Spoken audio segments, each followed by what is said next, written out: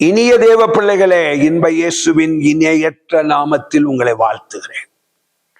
தேவனோடு சஞ்சரிப்போம் என்கிற நிகழ்ச்சியில இன்றைய தினத்திலும் நாம் தேவனோடு சஞ்சரிப்பதற்கு அடையாளமாக லூக்கா எழுதின சுவிசேஷம் 11வது அதிகாரம் 6வது வசனத்திலே இருந்து கர்த்தருடைய செய்தியை சுருக்கமாய் பகிர்ந்து கொள்ள விரும்புகிறேன். 11:6 என்ன சொல்லுகிறது? என் சிநேகிதன் ஒருவன் வழிப்பிரயாணமாய் என்னிடத்திலே வந்திருக்கிறான். அவன் முன் வைக்க என்னிடத்திலே ஒன்றும் இல்லை. நீ 3 அப்பங்களை எனக்கு கடனாக தர வேண்டும்.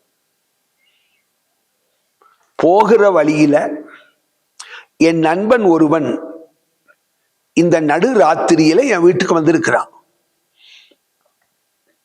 அவனுக்கு நான் ஏதாவது சாப்பாடு கொடுக்கணும். எனக்கு ஒரு 3 அப்பம் மட்டும் கொடுன்னு சொல்லி இந்த மனிதன் தன் நண்பனிடத்திலே போய் கேட்கிறான்.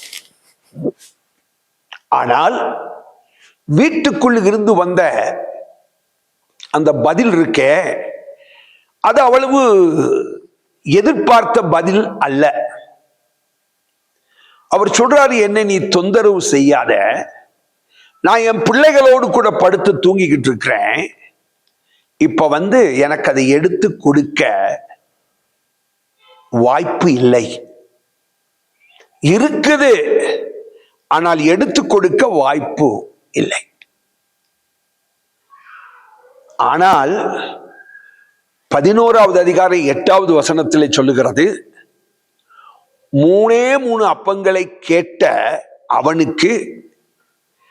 அவனுக்கு தேவைகள் எல்லாம் சந்திக்கப்படக்கூடிய அளவுக்கு அதே மனிதன் கொடுத்தான் என்று சொல்லி, என்ன தொந்தரவு செய்யாதுன்னு சொன்னாரே, என் பிள்ளைகளோடு தூங்கிக்கிட்டு இருக்கிறேன்னு சொன்னாரு அவரே. 3 அப்பம் கேட்டவருக்கு என்ன தேவையோ அது எல்லாத்தையும் கொடுத்தாராம். எப்படி கொடுத்திருப்பாரு? சொன்ன உடனே திரும்பி போகாம திரும்பவும் தட்டினாரு பாருங்க. அப்படி தட்டுன உடனே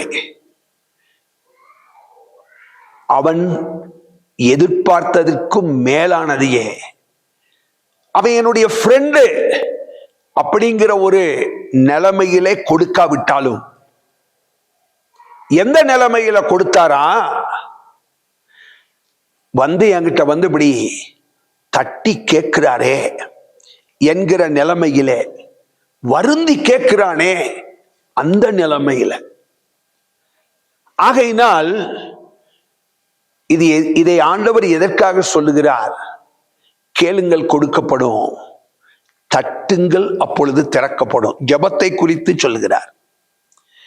ஆண்டவர்கிட்ட நம்ம எல்லாம் ஒரு குறிப்பிட்ட நேரம் காலம் இதெல்லாம் சொல்லி, இதுக்குள்ள நீ தரணும், நான் ஒரு முறை தான் தட்டுவேன், திறந்து எல்லாம் கொடுத்துடணும், அப்படியெல்லாம் எதிர்பார்க்க கூடாது. அதே நேரத்தில் ஆண்டவர் தராமலும் இருக்க மாட்டாரு. திரும்ப திரும்ப கேட்கணும், தட்டிக்கிட்டே இருக்கணும். எது வரைக்கும்? திறக்கிற வரைக்கும். தட்டிக்கிட்டே இருந்தா, கானானிய ஸ்திரீ இதுதான் தட்டுற ஜெபம்.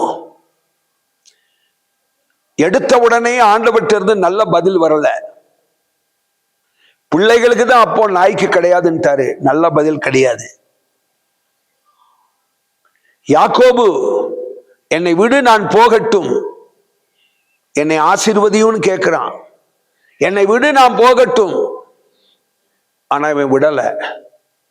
அதுக்காக ஆண்டவர் அவனுக்கு பதில் கொடுக்காமலும் இல்லை.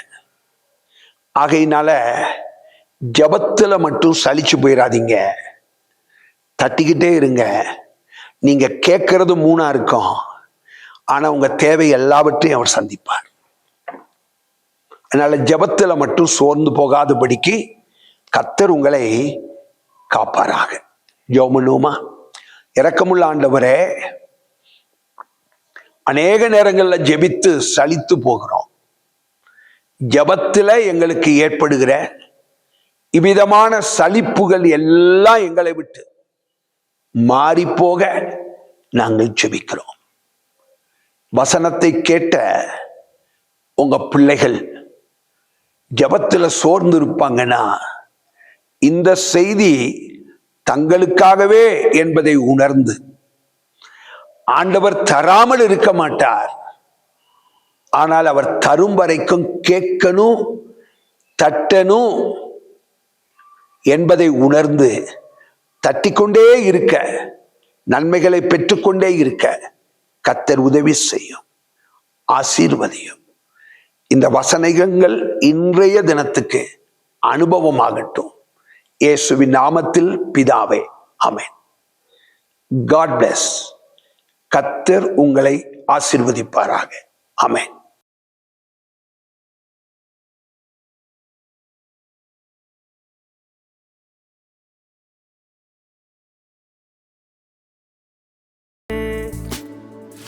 என் உறைவிடம் நீர்தானே, உன்னதமானவரே. என் உறைவிடம் நீர்தானே,